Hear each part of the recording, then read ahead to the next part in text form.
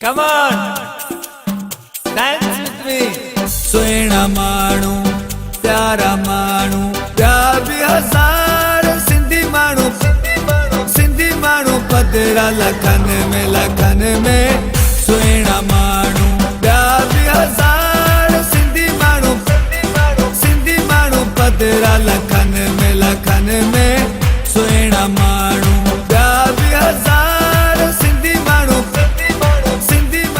अस्सलाम वालेकुम नाज़रीन, हमारे सिरे चार जेडीओ न्यूज़ वज़ीर उंडड़ ख़बर शामिल कयूं था। नवाब शामा अब्दुल सलाम डैरी जी ज़िले इंतज़ामिया शहीद बेनज़ीराबाद पारां लगायल 3 ॾींहनि वारी सालियानी HM ख्वाजा गुलनि जी नुमाइश साइंस आर्ट सकाफ़ती ऐं किताबी मेलो HM ख्वाजा हाई स्कूल में जारी मेले में शानदार स्टेज सजायो वियो, जंहिं ते स्कूली ॿारनि पारां टेबलोस पेश कया विया, जॾहिं त मज़ाया अदाकार असगर खोसो ऐं तुफ़ेल संजराणी ऐं ॿियनि सुर विखेरिया ऐं ख़ूब दाद हासिल कयो। तइलीम खाते ताउन सां शुरू कयल गुलनि जी नुमाइश किताबी मेले सां गॾु हथ सां ठहियल शयुनि समेत मुख़्तलिफ़ इदारनि स्कूलनि पारां लॻायल साइंसी सकाफ़ती खाधे पीते जा स्टॉल ऐं फनलैंड जो इंतज़ाम कयो वियो, जंहिंमें आवाम जो समुंड उथियल हुयो। उन मौक़े ते deputy commissioner Ibrar Ahmed Jaffar, additional director education Razi Khan Jamali, assistant commissioner Tariq Ali Solangi, chief monitoring officer Abdullah Dahri, flower show जे ऑर्गेनाइज़र सुहेल अहमद भंबरो, मुख्तियार कार नवाब शाह, अशरफ अली कुंभार ऐं ॿियनि इंतज़ामिया जे अमलदारनि मीडिया सां ॻाल्हाईंदे चयो त HM ख्वाजा जूं हिन इलाइक़े वासियुनि लाइ तइलीम सां गॾु ॿियूं तमामु घणियूं ख़िदमतूं आहिनि। ज़िले इंतज़ामिया पारां संदसि नाले सां गुलनि जी नुमाइश लॻाए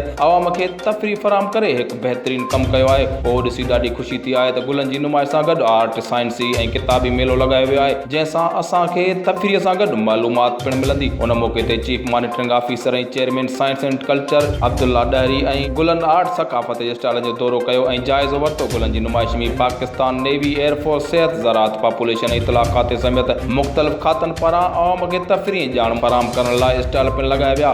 HR JD न्यूज़ में फ़िलहालु एतिरो ई। वधीक ख़बरुनि जी अपडेट्स लाइ ॾिसंदा रहो HR JD न्यूज़।